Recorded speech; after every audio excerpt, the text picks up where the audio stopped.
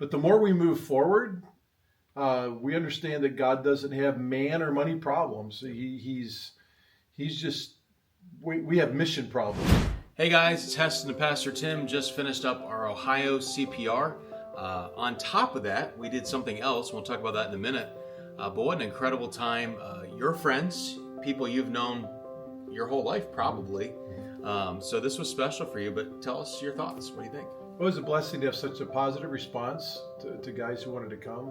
I think we had over 40 that said they wanted to come. We had 33 confirmed to come, and then a number of them from jury duty to illness to cars breaking down to life happening. We had about 25 from all over the state, and they knew why they were coming. These aren't things that pastors don't have time to not be told why we're having something. So they knew it was about forming a like-minded network. I think probably there was more positive response because we did have a good relationship for decades with some of these guys. And some of us are coming out of situations that are recently difficult in our rearview mirrors, but all of us have one thing in common. We're like-minded, and we want to advance the gospel through church planting, and all of them have the energy to do that. But they know they can't do it by themselves, and I know these guys. And so I thought it was a really productive day. It was not as, emotive. It was more a matter of the fact. Yep. We know each other. Let's just do this. Yep. And a lot of good chats with guys afterwards as well. Yeah, I was excited to see. I think as the CPRs have grown, the swath of guys in different age categories are coming. So we're not just seeing, because you often go to pastors' fellowships and it's all gray hair, or you go to a different fellowship, it's all young guys. But we're seeing all of the generations that are there and them coming together saying, I don't even know where you pastor. Where are you? And so this is it's just uncovering a lot of both problems, but also solutions. Right, and multinational this time too. Sure. We had inner city in Cincinnati. We had a Haitian church plant that just had its first Bible study last week. It was good to see different ethnicities around the table, different ages around the table. And I think that's just proof that God's behind this. I don't know that we experience that kind of diversity and unity unless He's behind this. And we did have the exact same response, although more matter of fact. Yeah, let's just do this. You remember at the end when I said, how many of you are just like, are you ready to talk about this and ready to do this? It was just kind of like, let's do this. So I think that, when we get to the tough parts, we're seeing guys come from an extreme right, an extreme left position, and even more than clickbait, the idea of that there's not a voice for a lot of these guys. And I think the CPRs are saying, I don't want to be alt-right, I don't want to be progressive to turn from the Lord, but I want to find somebody who's there. And we don't really have an identification, and we don't look for identification, but I feel like guys are coming saying, okay, you're like me, and I just want to be a balanced, godly Christ follower. Yeah, that's becoming more and more the easy part. Yeah. And it is an environment where every guy feels free to speak. Yeah. That's what's fascinating to me. As I think about the guys who are around this round table, everyone spoke and meaningfully into it, which means they felt free to speak.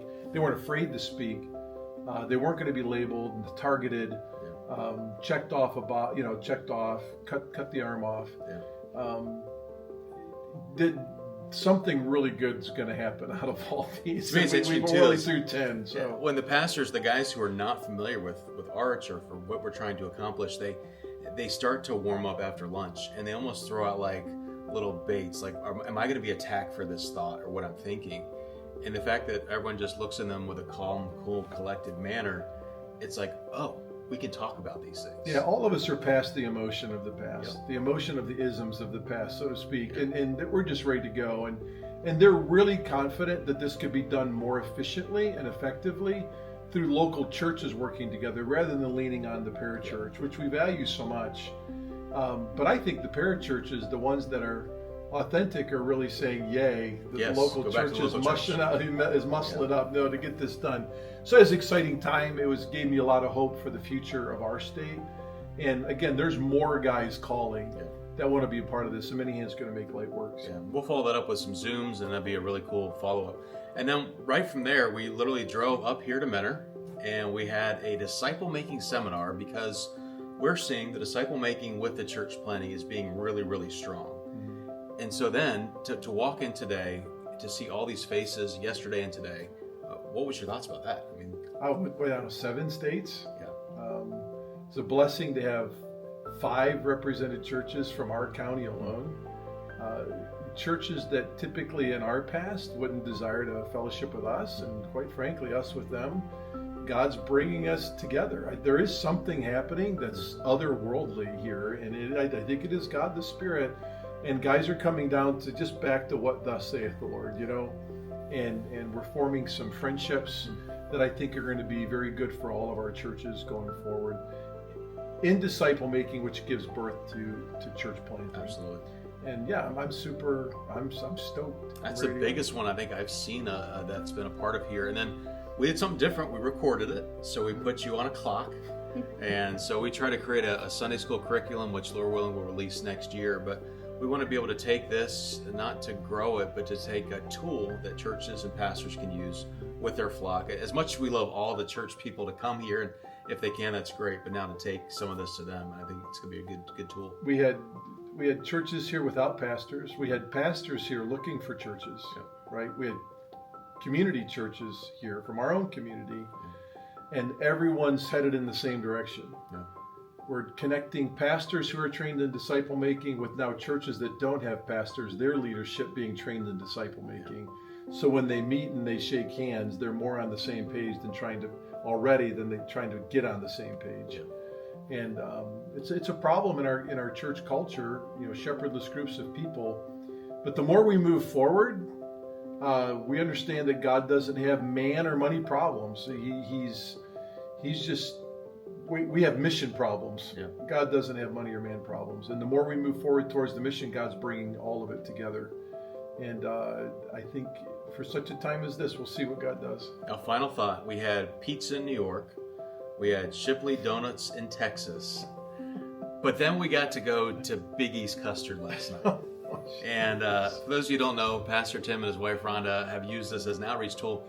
I have clips of you like washing dishes, so maybe I'll throw that in the B-roll. Great time at our CPR, and I would do a CPR video of the favorite places we eat, but today we're at Big East Custard, and there's a reason that I'm by myself, because my partner in crime is he's washing dishes right now. But at least tell everyone, this is just a cool thought, if this ever gets seen, what happened last night. Because it's just a tail end of just the incredible week with what happened with a worker, after all, free ice cream. From So we're always talking disciple-making churches. They've got to be building redemptive relationships in town. With our kids, we did that through their sports. We're empty nesters now, so we wanted an opportunity to stay connected with our community, so we got this ice cream shop. And we're in contact with hundreds and thousands of people now, more than we ever were. But one of our workers primarily we've been praying for and building redemptive relationships with.